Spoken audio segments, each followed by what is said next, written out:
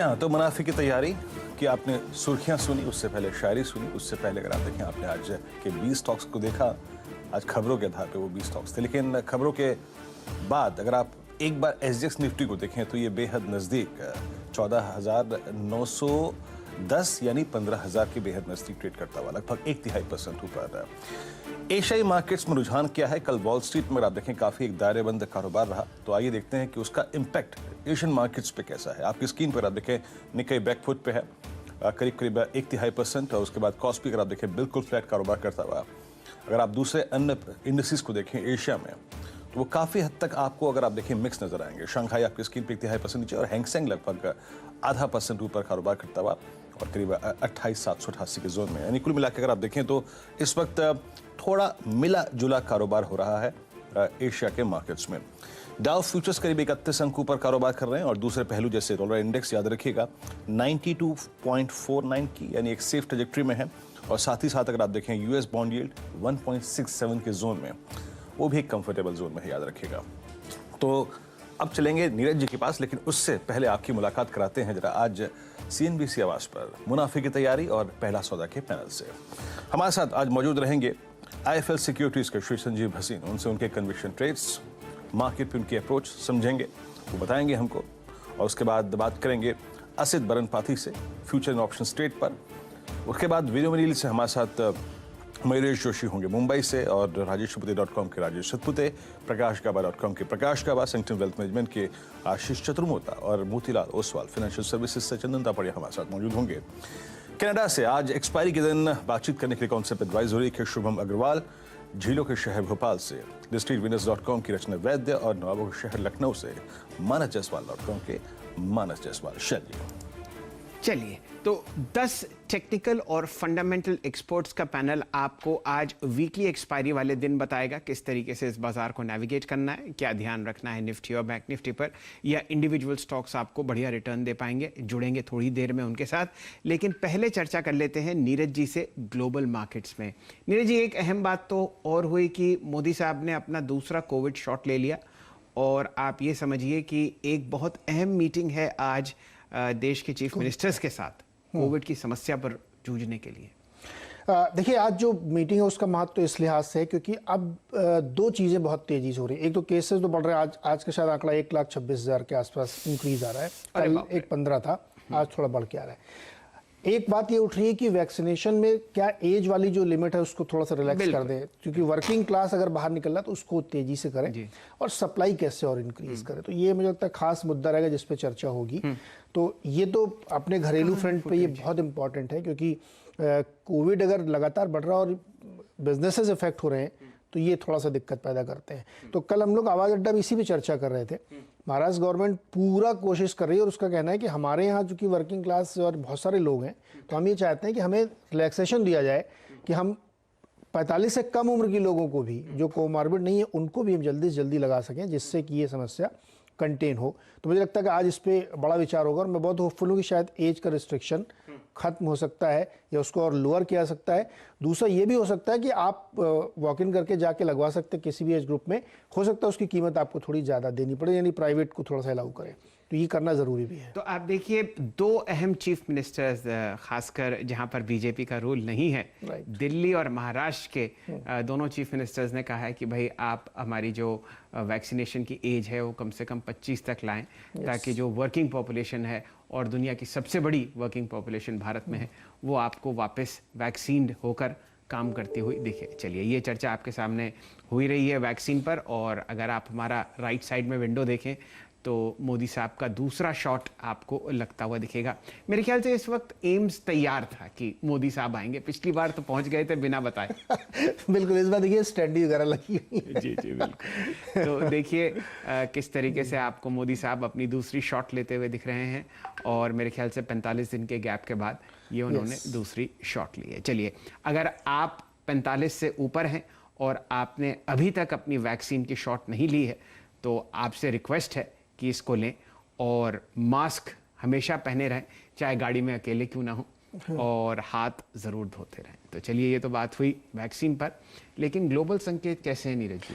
बहुत ही शानदार ग्लोबल संकेत। मैं आज जेपी मॉर्गन के सीईओ की उस चिट्ठी से करूंगा। क्या जेपी मॉर्गन के सीईओ ने अपने निवेशकों को, कर्मचारियों को एक बड़ी सी चिट्ठी लिखी, हमेशा लिखते हैं। तो इस साल की चिट्ठी का जो लब्बो लुआब है वो बहुत इंटरेस्टिंग है। मेरे ख्याल से 14-15 पेज की चिट्ठी थी, ज्यादा 66 पेज की टोटल है, उसमें बहुत सारे एनेक्सेस जोड़े, बहुत सारे 14-15 तक ही पढ़ पाया था। उस चिट्ठी का एनालिसिस लोगों ने किया कि कौन सा वर्ड कितनी बार यूज किया है। क्या बात। तो लेटेक्स वर्ड उन्होंने 16 बार यूज किया है लैटिन अमेरिका को संबोधित करते हुए। ऐसे मतलब इस तरीके के एनालिसिस आ चुके हैं रिपोर्टिंग में कि उस चिट्ठी में क्या क्या कितनी बार कौन से वर्ड कितनी बार यूज किए गए हैं, कार्बन कितनी बार यूज किया गया है।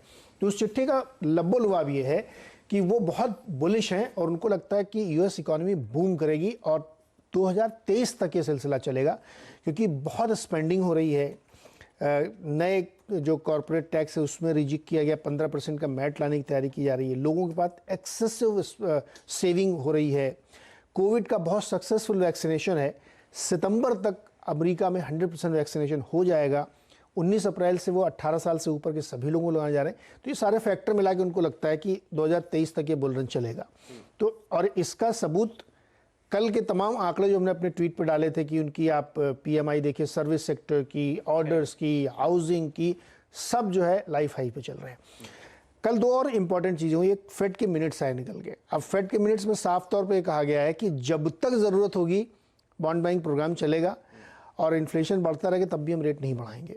तो बाजार के लिए बहुत अच्छी है। तीसरी चीज़ जो गार्टनर की रिपोर्ट है वो ग्लोबल रिपोर्ट है आईटी स्पेंडिंग की। ये बहुत अहम है। इंडिया में $93 बिलियन की स्पेंडिंग, 7.3% का इंक्रीज।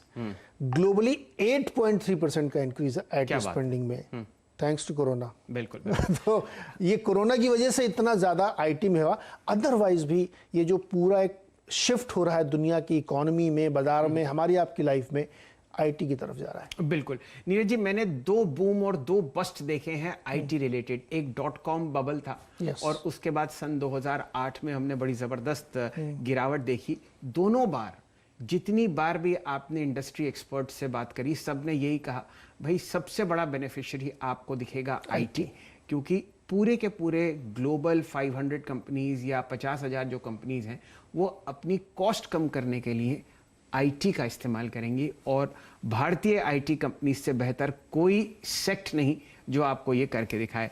और अगले हफ्ते तो आप देखिए बहुत सारा आपको नतीजे आते हुए दिखेंगे। मंडे से टीसीएस और इन्फोसिस, विप्रो, टेक महिंद्रा, एचसीएल टेक, माइंडट्री, ये आपको नतीजे आते हुए दिखेंगे अगले हफ्ते। बहुत ही शानदार तेजी यहाँ पर है।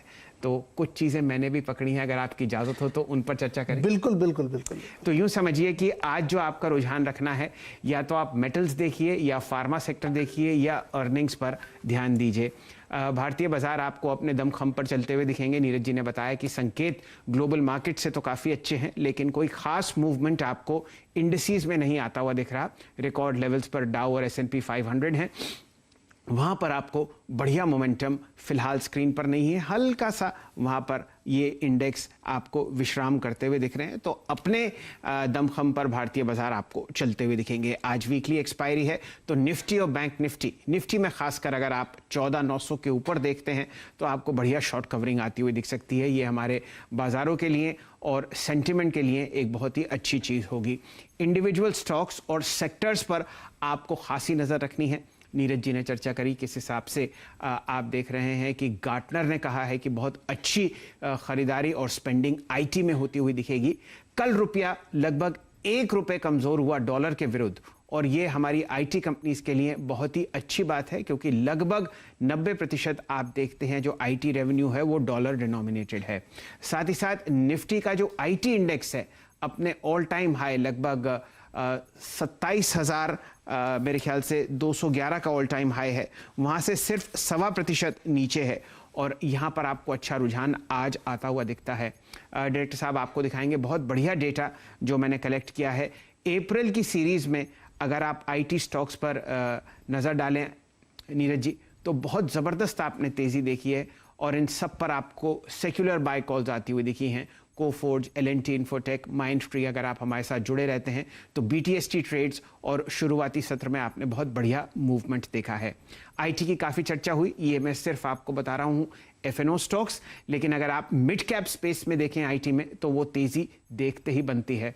आप हैप्पीएस्ट माइंड्स पर नजर डालिए, इंटेलेक्ट डिजाइन को देखिए, बहुत जबरदस्त रैली आपको मैस्टैक, परसिस्टेंट सिस्टम्स, इन सब काउंटर्स में आती हुई दिखेगी।